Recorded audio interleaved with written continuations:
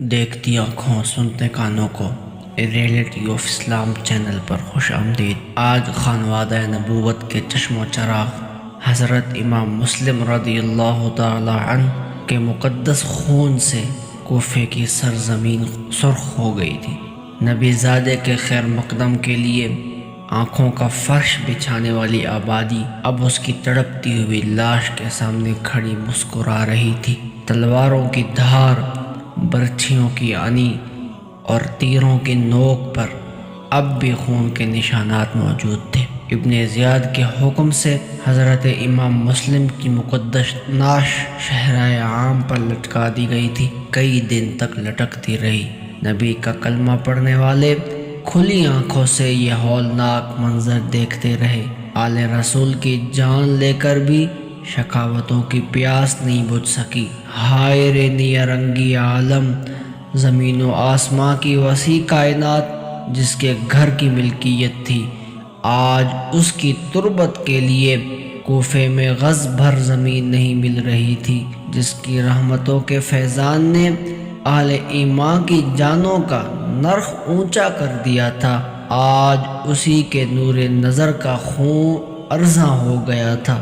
شرم سے سورج نے منہ چھپا لیا، فضاؤں نے سوگ کی چادر اوڑھ لی، اور جب شام آئی تو کوفہ ایک بھیانک تاریکی میں ڈوب گیا تھا۔ مہمان کے ساتھ دغا قیامت تک کے لیے ضرب المثل بن گئی۔ شقاوتوں کی انتہا ابھی نہیں ہوئی تھی۔ جور و ستم کی وادی میں بدبختیوں کا گھنا اندھیرا اور بڑھتا جا رہا تھا۔ اچانک رات کے سناٹے میں ابن زیاد کی حکومت کے ایک منادی نے اعلان کیا، مسلم کے دونوں بچے جو ہمراہ آئے تھے کہیں روپوش ہو گئے ہیں۔ حکومت کی طرف سے ہر خاص و عام کو متنبہ کیا جاتا ہے، جو بھی انہیں اپنے گھر میں پناہ دے گا اسے عبرتناک سزا دی جائے گی، اور جو انہیں گرفتار کر کے لائے گا اسے انعام و اکرام سے مالا مال کر دیا جائے گا۔ حضرت امام مسلم رضی اللہ تعالی عنہ کے دونوں یتیم بچے، جن میں سے ایک کا نام محمد تھا اور ان کی عمر 8 سال تھی، اور دوسرے کا نام ابراہیم تھا، ان کی عمر 6 سال تھی، کوفے کے مشہور عاشق رسول قاضی شریح کے گھر میں پناہ گزین تھے۔ یہ اعلان سن کر قاضی شریح کا کلیجہ ہل گیا۔ حضرت مسلم کے جگر گوشوں کا دردناک انجام نگاہوں کے سامنے ناچنے لگا۔ دیر تک اسی فکر میں غلطاں رہے کہ کس طرح انہیں ظالموں کے چنگل سے بچایا جائے۔ کافی غور و خوض کے بعد یہ صورت سمجھ میں آئی کہ راتوں رات بچوں کو کوفے سے باہر نکال دیا جائے۔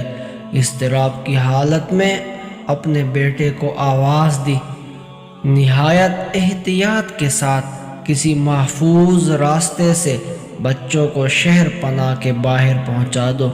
رات کو مدینے کی طرف جانے والا ایک قافلہ آبادی کے قریب سے گزر رہا ہے، انہیں کسی طرح ان کے ساتھ لگا دو۔ زادِ راہ مکمل ہو جانے کے بعد رخصت کرنے کے لیے دونوں بچوں کو سامنے بلایا۔ جو ہی ان پر نظر پڑی فرط غم سے آنکھیں بھیگ گئیں، ضبط کا پیمانہ چھلک اٹھا، منہ سے ایک چیخ نکلی، اور بے تاب ہو کر دونوں بچوں کو سینے سے لگا لیا، پیشانی چومی، سر پر ہاتھ رکھا، اور سکتے کی حالت میں دیر تک دم بخود رہے۔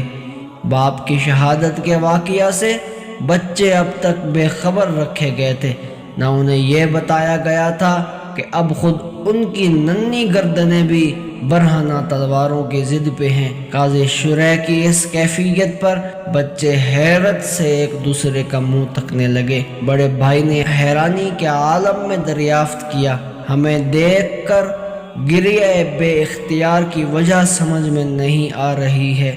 اچانک اتنی رات کو پاس بلا کر ہمارے سروں پر شفقت کا ہاتھ رکھنا بے سبب نہیں ہے۔ اس طرح کی پھوٹ پڑنے والی ہمدردی ہمارے خاندان میں یتیموں کے ساتھ کی جاتی ہے۔ تیز نشتر کی طرح دل میں آر پار ہو جانے والا جملہ ابھی ختم نہیں ہو پایا تھا کہ پھر فضا میں ایک چیخ بلند ہوئی اور قاضی شریح نے برستی ہوئی آنکھوں کے ساتھ گلوگیر آواز میں بچوں کو جواب دیا، گلشن رسول کے مہکتے گنچو، کلیجہ منہ کو آ رہا ہے، زباں میں اب تاب گویائی نہیں ہے، کس طرح خبر دوں کہ تمہارے ناز کا چمن اجڑ گیا اور تمہاری امیدوں کا آشیانہ دن دہاڑے ظالموں نے لوٹ لیا۔ ہائے تم پردیس میں یتیم ہو گئے، تمہارے باپ کو کوفیوں نے شہید کر ڈالا اور اب تمہاری ننھی جان بھی خطرے میں ہے۔ آج شام ہی سے خون کے پیاسے تمہاری تلاش میں ہیں، ننگی تلواریں لیے ہوئے حکومت کے جاسوس تمہارے پیچھے لگ گئے ہیں۔ یہ خبر سن کر دونوں بچے ہیبت و خوف سے کانپنے لگے، ننھا سا کلیجہ سہم گیا، پھولوں کی شاداب پنکھڑی مرجھا گئی، منہ سے ایک چیخ نکلی اور غش کھا کر زمین پر گر پڑے۔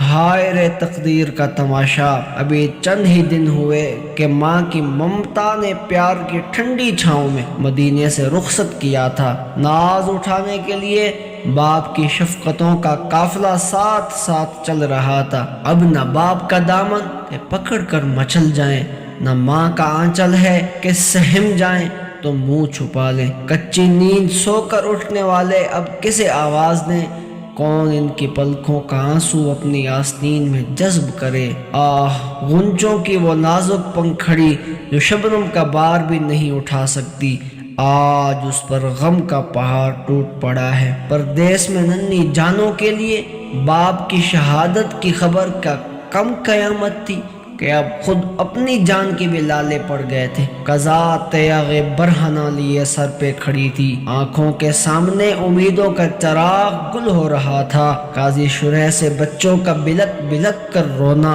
بچھانے کھا کھا کر تڑپنا دیکھا نہیں جا رہا تھا۔ بڑی مشکل سے انہوں نے تسلی دیتے ہوئے کہا، بنو ہاشم کے نونہالو، اس طرح پھوٹ پھوٹ کر مت رو، دشمن دیوار سے کان لگائے کھڑے ہیں، تم اپنے باپ کی ایک مظلوم یادگار ہو، تاجدار عرب کی ایک مقدس امانت ہو، نازک آبگینوں کو کہیں ٹھیس لگ گئی تو میں میدان محشر میں منہ دکھانے کے لائق نہیں رہوں گا، اس لیے میری کوشش ہے کسی طرح تمہیں مدینے کے دارالامان میں پہنچا دیا جائے۔ اسی وقت رات کے سناٹے میں تم دونوں میرے بیٹے کے ساتھ کوفے سے باہر نکل جاؤ اور جو قافلہ مدینے کی طرف جا رہا ہے اس میں شامل ہو جاؤ، اپنے نانا جان کے جوار رحمت میں پہنچ کر ہماری طرف سے درود و سلام کی نظر پیش کرنا۔ اچھا جاؤ، خدا تمہیں اپنے حفظ و امان میں رکھے۔